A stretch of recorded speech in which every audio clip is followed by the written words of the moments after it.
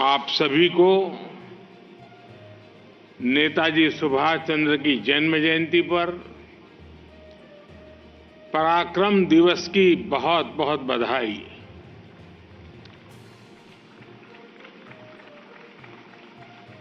आजाद हिंद फौज के क्रांतिक वीरों के सामर्थ्य का साक्षी रहा ये लाल किला आज फिर नई ऊर्जा से जगमग उठा है। अमृतकाल के शुरुआती वर्ष पूरे देश में संकल्प से सिद्धि का उत्साह, ये पल वाकई अभूतपूर्व है। कल ही पूरा विश्व भारत की सांस्कृतिक चेतना के एक ऐतिहासिक पड़ाव का साक्षी बना है। भव्य राम मंदिर में प्राण प्रतिष्ठा की ऊर्जा को, उन भावनाओं को पूरे विश्व ने, पूरी मानवता ने अनुभव किया है। और आज हम नेताजी सुभाष चंद्र बोस की जन्म जयंती का उत्सव मना रहे हैं। पिछले कुछ वर्षों में हमने देखा है कि जब से 23 जनवरी को पराक्रम दिवस घोषित किया गया, गणतंत्र दिवस का महापर्व 23 जनवरी से बापू की पुण्यतिथि 30 जनवरी तक चलता है। गणतंत्र के इस महापर्व में अब 22 जनवरी का आस्था का भी महापर्व जुड़ गया है। जनवरी महीने के ये अंतिम कुछ दिन हमारी आस्था, हमारी सांस्कृतिक चेतना, हमारे गणतंत्र और हमारी राष्ट्रभक्ति के लिए बहुत प्रेरक बन रहे हैं। मैं आप सभी को शुभकामनाएं देता हूं, बधाई देता हूं। साथियों, आज यहां नेताजी के जीवन को दर्शाने वाली प्रदर्शनी लगी है। कलाकारों ने एक ही कैनवस पर नेताजी के जीवन को चित्रित भी किया है। मैं इस प्रयास से जुड़े सभी कलाकारों की सराहना करता हूं। कुछ देर पहले मेरी राष्ट्रीय बाल पुरस्कार से पुरस्कृत युवा साथियों से भी बातचीत हुई है। इतनी कम उम्र में उनका हौसला, उनका हुनर अचंभित करने वाला है। भारत की युवा शक्ति से जितनी बार मिलने का अवसर मुझे मिलता है, विकसित भारत का मेरा विश्वास उतना ही मजबूत होता है। देश की ऐसी समर्थ अमृत पीढ़ी के लिए नेताजी सुभाष चंद्र बोस बड़ा रोल मॉडल है। साथियों, आज पराक्रम दिवस पर लाल किले से भारत पर्व का भी आरंभ हो रहा है। अगले 9 दिनों में भारत पर्व में गणतंत्र दिवस की झांकियां, सांस्कृतिक कार्यक्रमों के द्वारा देश की विविधता का प्रदर्शन किया जाएगा। भारत पर्व में सुभाष चंद्र बोस के आदर्शों का प्रतिबिंब है। ये पर्व है वोकल फॉर लोकल को अपनाने का। ये पर्व है पर्यटन को बढ़ावा देने का। ये पर्व है विविधता के सम्मान का।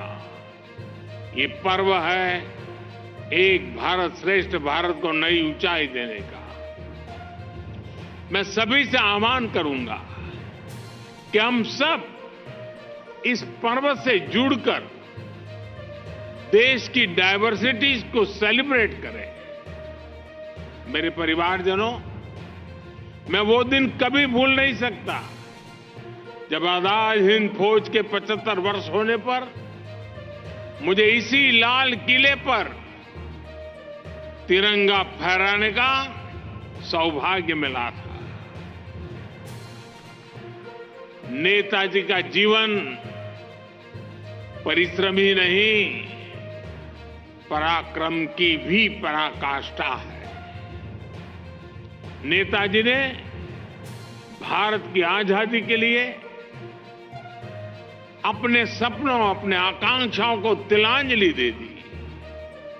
वे चाहते तो अपने लिए एक अच्छा जीवन चुन सकते थे, लेकिन उन्होंने अपने सपनों को भारत के संकल्प के साथ जोड़ दिया। नेताजी देश के उन महान सपूतों में से एक थे जिन्होंने विदेशी शासन का सिर्फ विरोध ही नहीं किया, बल्कि भारतीय सभ्यता पर सवाल उठाने वालों को भी जवाब दिया। ये नेताजी थे जिन्होंने पूरी ताकत से मदर ऑफ डेमोक्रेसी के रूप में भारत की पहचान को विश्व के सामने रखा। जब दुनिया में कुछ लोग भारत में लोकतंत्र के प्रति आशंकित थे, तब नेताजी ने उन्हें भारत के लोकतंत्र की उसके अतीत को याद दिलाया। नेताजी कहते थे कि डेमोक्रेसी ह्यूमन इंस्टीट्यूशन है और भारत के अलग अलग स्थानों में सैकड़ों वर्षों से ये व्यवस्था चली आ रही है। आज जब भारत लोकतंत्र की जननी की अपनी पहचान पर गर्व करने लगा है, तो ये नेताजी के विचारों को भी मजबूत करता है।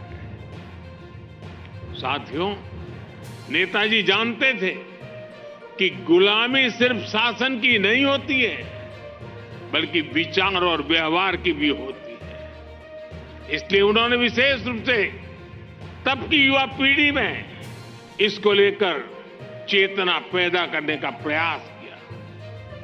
अगर आज के भारत में नेताजी होते तो वे युवा भारत में आई नई चेतना से कितने आनंदित होते, इसकी कल्पना की जा सकती है। आज भारत का युवा अपनी संस्कृति, अपने मूल्य, अपनी भारतीयता पर जिस प्रकार गर्व कर रहा है वह अभूतपूर्व है। हम किसी से कम नहीं, हमारा सामर्थ्य किसी से कम नहीं। ये आत्मविश्वास आज भारत के हर नौजवान में आया है। हम चांद पर वहां झंडा फहरा सकते हैं जहां कोई नहीं जा पाया। हम 15 लाख किलोमीटर की यात्रा करके सूर्य की तरफ गति करके वहां पहुंचे हैं, जिसके लिए हर भारतीय गर्व करता है। सूर्य हो या समंदर की गहराई, हमारे लिए किसी भी रहस्य तक पहुंचना मुश्किल नहीं है। हम दुनिया की शीर्ष 3 आर्थिक ताकतों में से एक बन सकते हैं। हमारे पास विश्व की चुनौतियों का समाधान देने का सामर्थ्य है। ये विश्वास, ये आत्मविश्वास आज भारत के युवाओं में दिख रहा है। भारत के युवाओं में आई ये जागृति विकसित भारत के निर्माण की ऊर्जा बन चुकी है। इसलिए आज भारत का युवा पंच प्राणों को आत्मसात कर रहा है। इसलिए आज भारत का युवा गुलामी की मानसिकता से बाहर निकलकर काम कर रहा है। मेरे परिवारजनों, नेताजी का जीवन और उनका योगदान युवा भारत के लिए एक प्रेरणा है। ये प्रेरणा हमेशा हमारे साथ रहे, कदम कदम पर रहे। इसके लिए बीते 10 वर्षों में हमने निरंतर प्रयास किया है। हमने कर्तव्य पथ पर नेताजी की प्रतिमा को उचित स्थान दिया है। हमारा मकसद है कर्तव्य पथ पर आने वाले हर देशवासी को नेताजी का कर्तव्य के प्रति समर्पण याद रहे। जहां आजाद हिंद सरकार ने पहली बार तिरंगा फहराया, उस अंडमान निकोबार के द्वीपों को हमने नेताजी के दिए नाम दिए।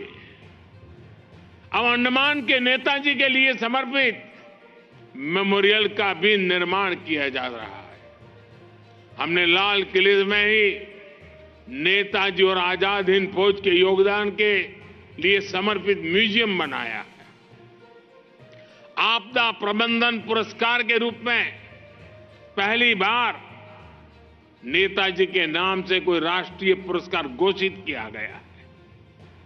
आजाद हिंदुस्तान में किसी सरकार ने आजाद हिंद फौज को समर्पित इतना काम नहीं किया जितना हमारी सरकार ने किया, और इसे मैं अपनी सरकार का सौभाग्य मानता हूं। साथियों, नेताजी देश के सामने आने वाली चुनौतियों को भली भांति समझते थे, उनके प्रति सबको आगाह करते थे।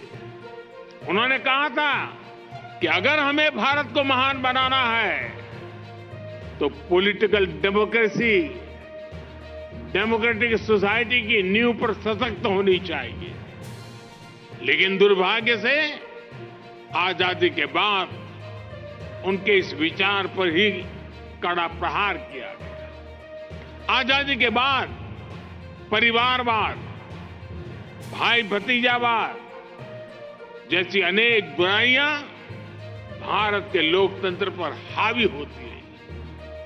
ये भी एक बड़ा कारण यहां रहा है कि भारत उस गति से विकसित नहीं कर पाया, विकास नहीं कर पाया जिस गति से उसे करना चाहिए। समाज का एक बहुत बड़ा वर्ग अवसरों से वंचित था। वो आर्थिक और सामाजिक उत्थान के संसाधनों से दूर था।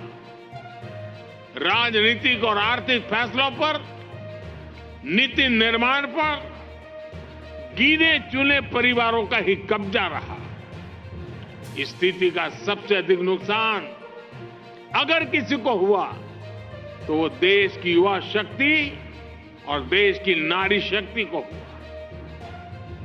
युवाओं को कदम कदम पर भेदभाव करने वाली व्यवस्था से जूझना पड़ता था। महिलाओं को अपनी छोटी छोटी जरूरतों के लिए भी लंबा इंतजार करना पड़ता था। कोई भी देश ऐसी परिस्थितियों के साथ विकास नहीं कर सकता, और यही भारत के भी साथ हुआ। इसलिए 2014 में सरकार में आने के बाद हम सबका साथ सबका विकास की भावना से आगे बढ़े। आज 10 वर्षों में देश देख रहा है स्थितियां कैसे बदल रही है। नेताजी ने आजाद भारत के लिए जो सपना देखा था वो अब पूरा हो रहा है। आज गरीब से गरीब परिवार के बेटे बेटी को भी विश्वास है कि आगे बढ़ने के लिए उसके पास अवसरों की कमी नहीं है। आज देश की नारी शक्ति को भी विश्वास मिला है कि उसकी छोटे सी छोटी जरूरत के प्रति सरकार संवेदनशील है।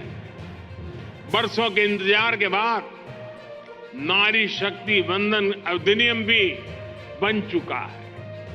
मैं देश के हर युवा, हर बहन बेटी की कहूंगा कि अमृतकाल आपके लिए पराक्रम दिखाने का अवसर लेकर आया है। आपके पास देश के राजनीतिक भविष्य के नवनिर्माण का बहुत बड़ा अवसर है।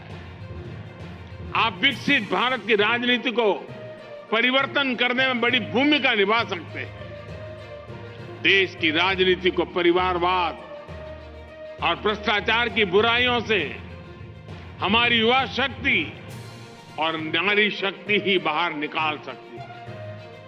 हमें राजनीति से भी इन बुराइयों को समाप्त करने का पराक्रम दिखाना ही होगा, इन्हें परास्त करना ही होगा। मेरे परिवारजनों, कल मैंने अयोध्या में कहा था कि राम काज से राष्ट्र काज में जुटने का समय है। ये राम भक्ति से राष्ट्र भक्ति के भाव को सशक्त करने का समय है। आज भारत के हर कदम, हर एक्शन पर दुनिया की नजर है। हम आज क्या करते हैं, हम क्या हासिल करते हैं, ये दुनिया उत्सुकता से जानना चाहती है। हमारा लक्ष्य साल 2047 तक भारत को विकसित राष्ट्र बनाना है। हमारा लक्ष्य भारत को आर्थिक रूप से समृद्ध, सांस्कृतिक रूप से सशक्त और सामरिक रूप से समर्थ बनाना है। इसके लिए ये जरूरी है कि आने वाले 5 वर्षों के भीतर हम दुनिया की तीसरी बड़ी आर्थिक ताकत बने। और ये लक्ष्य हमारी पहुंच से दूर नहीं है। बीते 10 वर्षों में हम 10वें नंबर से 5वें नंबर की आर्थिक ताकत बन चुके हैं। बीते 10 वर्षों में पूरे देश के प्रयासों और प्रोत्साहन से करीब 25 करोड़ भारतीय गरीबी से बाहर निकले हैं। जिन लक्ष्यों की प्राप्ति की पहले कल्पना भी नहीं होती थी, भारत आज वो लक्ष्य हासिल कर रहा है।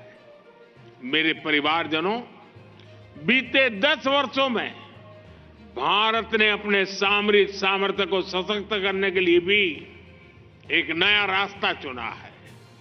लंबे समय तक रक्षा सुरक्षा जरूरतों के लिए भारत विदेशों पर निर्भर रहा है, लेकिन अब हम इस स्थिति को बदल रहे हैं।